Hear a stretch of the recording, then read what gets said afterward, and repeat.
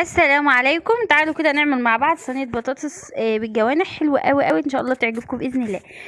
بتنفع كده بقى ايه في الازمات، لما تكون انت بقى مستعجله وراكي مشوار او عايزه تنجزي نفسك، هي دي حلوه جدا. اول حاجه انا جبت بصلايه كده دبلتها ونزلت عليها فلفل اخضر وفصين توم مفرومين، واقلبهم كويس قوي واضرب الطماطم معايا وهنزل عليهم بالطماطم.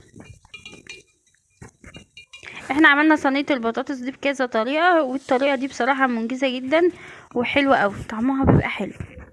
انا نزلت بالطماطم. تعالوا بقى نحط البهارات والملح. انا معايا نص فلفل اسود، نص كمون، نص بابريكا، ورشه سكر ورشه ملح، بس كده.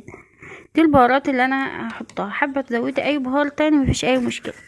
معايا البطاطس انا مقطعاها زي ما انتم شايفين، سمكها ايه تخن شويه علشان ما تتهليش منك في الصلصه. وبعدين هنزل كده بقى ايه في الصلصه بتاعتي واسيبها لمده 5 دقايق على النار تغلي، وبعدين هحطها في الصينيه بتاعتي. تعالوا بقى نشوح الجوانح. انا كده نزلت بمعلقتين زيت، وهنزل بالجوانح في الحله بتاعتي، وبعدين هحط عليها رشه فلفل اسود ورشه ملح واشوحها كويس قوي مع بعضها. وبعدين بس كده كده انا هشوحها بس تشويحه بسيطه، واحطها بقى على وش الصينيه بتاعتي زي ما انتم شايفين. انا لازم اديها التشويحه دي، اكيد اللي متابعني عارف ان انا اصلا ما بعملش حاجه ناي في ناي كده، لازم بديها تشويحه، بتفرق في الطعم وكمان في الشكل.